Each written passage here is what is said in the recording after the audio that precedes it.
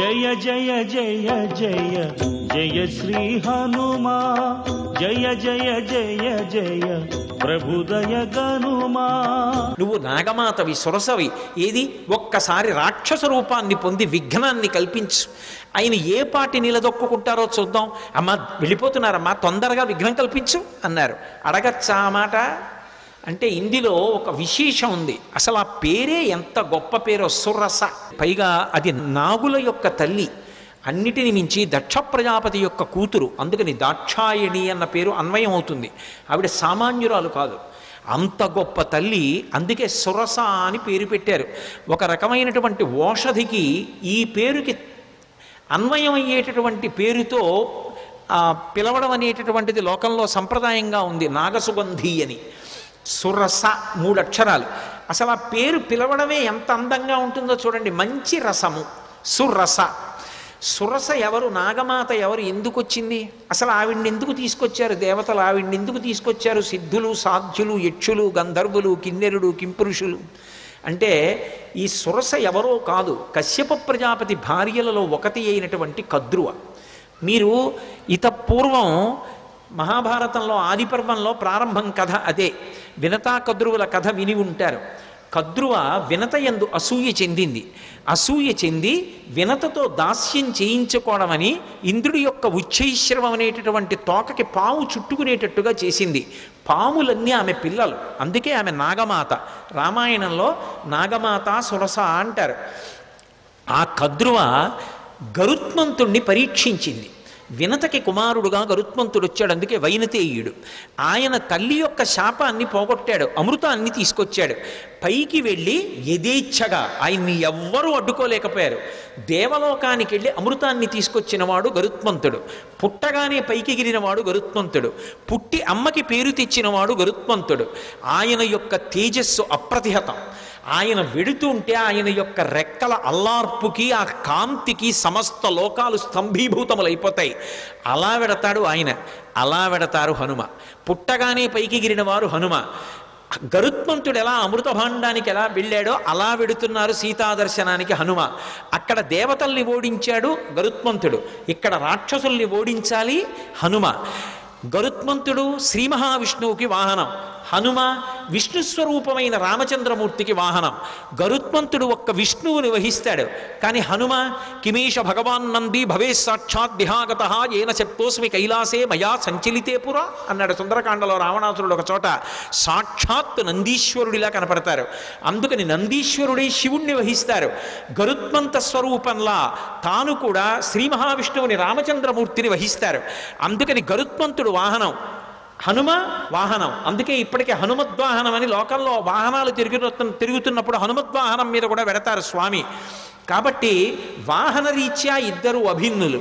తల్లికి కీర్తి తేవడంలో అభిన్నులు, తల్లికి కలిగినటువంటి ఇబ్బందిని తొలగించడంలో అభిన్నులు. ఇక్కడ సీతమ్మ తల్లి తల్లితో సమానం.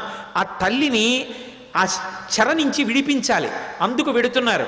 ఆయన అమృతం తెచ్చాడు. ఈయన సీతమ్మ జాడ అన్న అమృతాన్ని తెచ్చి వానరుల్ని, రాముణ్ణి, సీతమ్మని సంతోషపెడతారు. ఆయన చేసిన కార్యం, ఈయన చేసిన కార్యం ఒక్కలాంటివి. గరుత్మంతుడికి ఏ వేగం ఉందో హనుమకి ఆ వేగం ఉంది.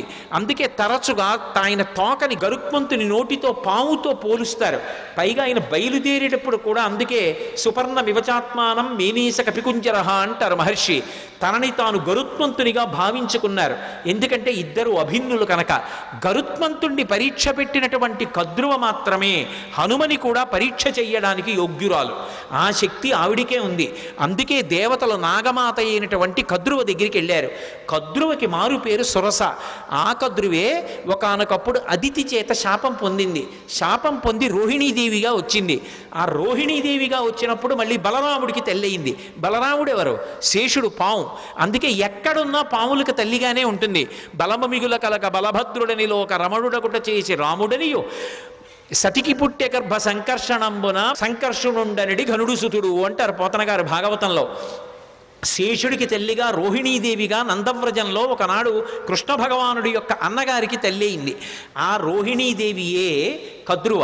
ఆ కద్రువయే సురస. సురస అన్న పేరుతో రాక్షసీ రూపాన్ని పొందింది.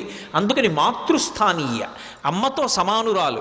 ఎందుకని అంటే గరుత్మంతునికి పినతల్లి, గరుత్మంతుడు హనుమ అభిన్నులు కాబట్టి గరుత్మంతునికి పినతల్లి, కాబట్టి పినతల్లి తల్లితో సమానం, కాబట్టి మాతృస్థానీయ. రాక్షసీ రూపాన్ని పొందింది. పక్కనున్నటువంటి వినతని బాధపెట్టింది, వైనితేయుల్ని బాధపెట్టింది, తన పిల్లల్ని మొయ్యమంది పావుల్ని గరుత్మంతుణ్ణి. అలా గరుత్మంతుణ్ణి ఎలా శోధించిందో అలా ఇక్కడ హనుమని శోధించాలి. బాధ పెట్టినట్టు కనపడాలి, బాధ పెట్టి హనుమ యొక్క గొప్పతనాన్ని లోకానికి చాటాలి. అక్కడ గరుత్మంతుణ్ణి ఎలా పరీక్షించిందో ఇక్కడ అలా హనుమని పరీక్షించడానికి అధికారము కలిగినటువంటిది కద్రువ ఒక్కతే. అందుకే కద్రువని రాక్షసీ రూపంతో రమ్మన్నారు. కద్రువ రాక్షసీ రూపాన్ని పొంది వస్తే దాని పేరు సురస. కానీ ఆమె దాక్షాయణి, దక్ష ప్రజాపతి కుమార్తె, కశ్యప ప్రజాపతి యొక్క భార్య. అందుకే వినత కద్రువ ఇద్దరూ కూడా దక్ష ప్రజాపతి కుమార్తెలలో వాళ్ళే. అందుకని ఆమె రాక్షసీ రూపాన్ని పొంది వచ్చి అడ్డంగా నించుంది. ఇప్పుడు నిలబడితే స్వామి హనుమ వచ్చేస్తున్నారు. ఆయన్ని చూసింది. చూసి ఆవిడంది, నువ్వు ఒక్కసారి నా నోట్లోకి ప్రవేశించు, భక్షయిష్యామి, నేను తినాలనుకుంటున్నాను, ప్రవిష్టోస్మి మమాననం, నా నోట్లోకి నువ్వు రా అంది. తినాలనుకున్న వాళ్ళు తినేస్తారు, అంతేకాని నా నోట్లోకి నువ్వు రా ఏమిటి అంటే పరీక్షిస్తోంది అక్కడ. అంతేకాని సింహిక తినేసినట్లు తినేయాలనుకోవడం ఆవిడ లక్షణం కాదు, శోధించడానికి వచ్చింది. ఇక్కడ వివేకం కావాలి. ఇలా ఎందుకంది ఆ మాట?